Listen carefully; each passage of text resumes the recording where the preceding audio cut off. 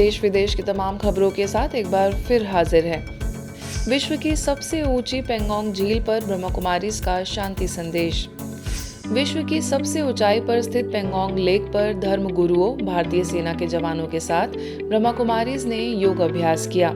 जी हां, लेह लद्दाख स्थित 4,350 मीटर से अधिक ऊंचाई पर स्थित विश्व की सबसे ऊंची खारे पानी की झील पेंगोंग झील पर विश्व शांति और सद्भावना के लिए योग और ध्यान पर चलने वाले अंतर्राष्ट्रीय योग महोत्सव 2024 का आयोजन हुआ, जिसमें ब्रह्मा कुमारीज ने भी पूरी सहभागिता निभाई। संस्था के मुख्यालय माउंट आबू से वरिष्ठ राजयोग शिक्षिका बीके डॉक्टर बेनी ने स्वास्थ्य और कल्याण पर अपने विचार रखे, साथ ही सभी को राजयोग अभ्यास कराया, जिसके लिए उन्हें हिमालयन योगा अवार्ड से सम्मानित भी किया गया। इस अवसर पर मुख्य रूप से भारतीय सर्वधर्म संसद के राष्ट्रीय संयोजक गोस्वामी सुशील महाराज, इमाम डॉक्टर उमर अहमद इलियासी, जैन मुनि और महाबोधि इंटरनेशनल मेडिटेशन सेंटर के संस्थापक अध्यक्ष भिखु संगसेना के निर्देशन में कार्यक्रम संपन्न हुए। इस कार्यक्रम में बड़ी संख्या में भारतीय उपस्थित लोगों के साथ साथ विभिन्न देशों के प्रतिनिधियों ने भाग लिया। सप्ताह भर चलने वाले योग महोत्सव के हिस्से के रूप में लद्दाख विश्वविद्यालय तारूथांग के परिसर में योग सत्र फोकस एंड काम योगा फॉर एकेडमिक सक्सेस का आयोजन किया गया।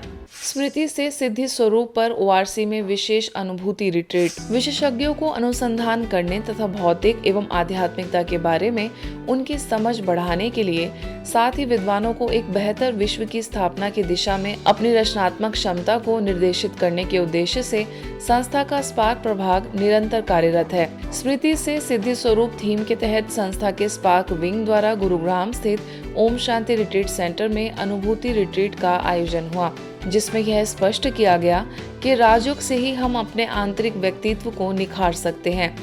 आत्मा ही गुणों का मूल स्रोत है, राजयोग द्वारा ही हम उन गुणों का अनुभव कर सकते हैं। इस रिट्रीट में देश भर से हजारों बीके सदस्यों ने राजयोग के कई प्रयोग किए। संस्था के अतिरिक्त महासचिव राजयोगी बीके बृजमोहन भाई, स्पार्क विंग की अध्यक्षा बीके अंबिका, राष्ट्रीय संयोजक बीके श्रीकांत, महाराष्ट्र जोन संयोजिका बीके अलका समेत कई मुख्य वक्ताओं ने अपने विचार रखे। एक स्मृति का अर्थ है कि बाकी विस्मृति रहे। एक तरफ से स्विच ऑन और दूसरी तरफ से स्विच ऑफ। कोई दोनों स्मृति रखने की कोशिश करेगा, फिर क्या होगा?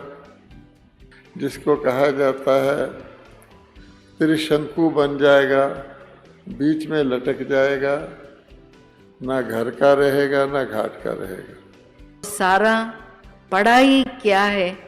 सिर्फ स्मृतियाँ है।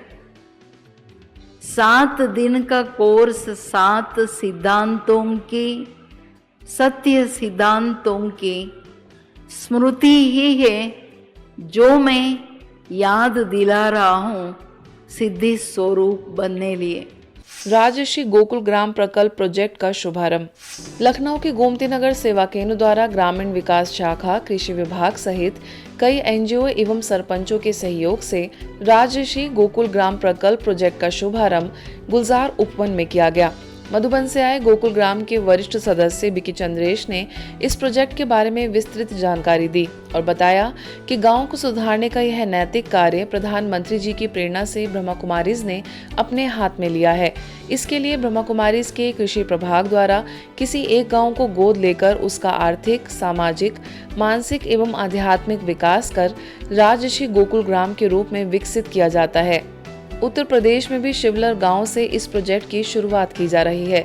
कृषि विभाग के पूर्व सहायक निदेशक बद्री विशाल तिवारी ने इस प्रोजेक्ट का उद्देश्य भारत को पुनः उसकी स्वर्णिम गरिमा में स्थापन करना बताया। इस प्रोजेक्ट के माध्यम से गौमूत्र, केंचुआ एवं माइक्रोब आधारित कृषि तथा मोटे अनाजों का उत्पादन भी शामिल है। धीरे धीरे भारत के अधिकांश गाँवों को इस प्रोजेक्ट में शामिल करने की योजना है। इस अवसर पर मुख्य अतिथि के रूप में बीज विकास निगम के प्रबंध निदेशक पंकज त्रिपाठी, राजस्थान से जहोता गांव के सरपंच श्यामजी रामलिंगन रेड्डी मौजूद रहे। इस कार्यक्रम की अध्यक्षता गोमती नगर सेवा केंद्र प्रभारी बीके राधा ने की, जिसका लाभ लखनऊ के आसपास से आए कई गाँव के प्रतिनिधियों ने लिया। ये अन्न कहाँ उगता है? किसान के खेत में, गाँव में। तो यदि हमें ऐसा स्वर्णिम संसार बनाना है तो हमें कहाँ काम करने की आवश्यकता है? भारत के गांव में भारत के किसानों के साथ हमें कार्य करने की आवश्यकता है।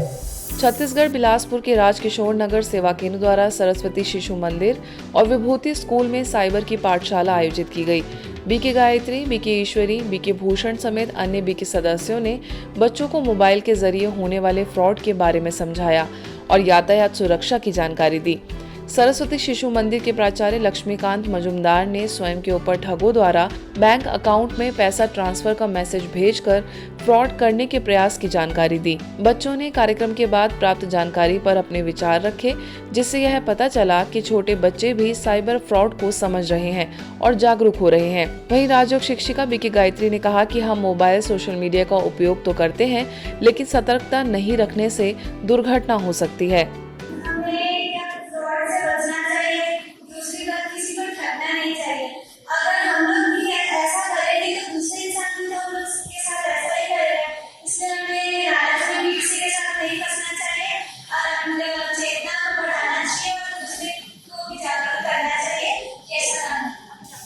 उत्तराखंड के देहरादून में राजयोगिनी बीके प्रेम दीदी के 7वें स्मृति दिवस पर विशेष कार्यक्रम का आयोजन हुआ।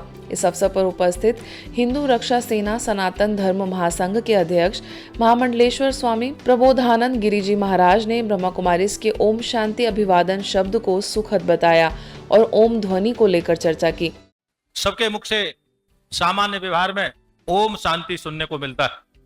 वास्तव में जीव का जो जन्म है ओम शांति के लिए भगवान से प्रारंभ होता है और भगवान से ही में ही विलीन होता है। और इस सृष्टि पर सबसे पहले जो ध्वनि हुई है वह ओम ही है और उसको आप सब लोग अपने मुख से मुखार बिंद से रोज प्रयोग करते हैं। तो सभी आप परम सौभाग्यशाली हैं उस परम पिता परमेश्वर भोले बाबा के, जिनके द्वार के प्रकट होते समय ओम की ध्वनि ही गुंजायमान हुई थी। संस्था की संयुक्त मुख्य प्रशासिका राजयोगिनी बीके सुदेश दीदी ने प्रेम दीदी के अनुशासन का उल्लेख किया।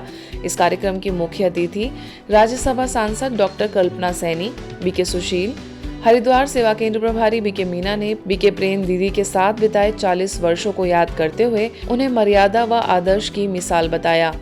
उन्होंने इस विधि को प्रैक्टिकल में सिद्धि रूप में प्राप्त किया और उसी साधना से, उसी योग की शक्ति से अनेक आत्माओं को योग्य बनाया कि घर गृहस्थ में रहते हुए, परिवार में रहते हुए, संसार में रहते हुए आप अपना जीवन कमल पुष्प समान कैसे बनाए। ओंकार की ध्वनि वो ध्वनि है जो हमारे शरीर को तो झंकृत करती ही है, वातावरण को तो करती है, पर पूरे विश्वव्यापी है। आज तो ये साबित हो चुका है कि जो हमारे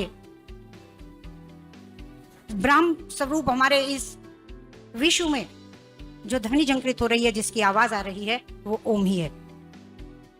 और भारत से शुरू होने वाला ये सनातन, ये सत्य पूरे विश्व में है और आगे बढ़ता ही रहेगा।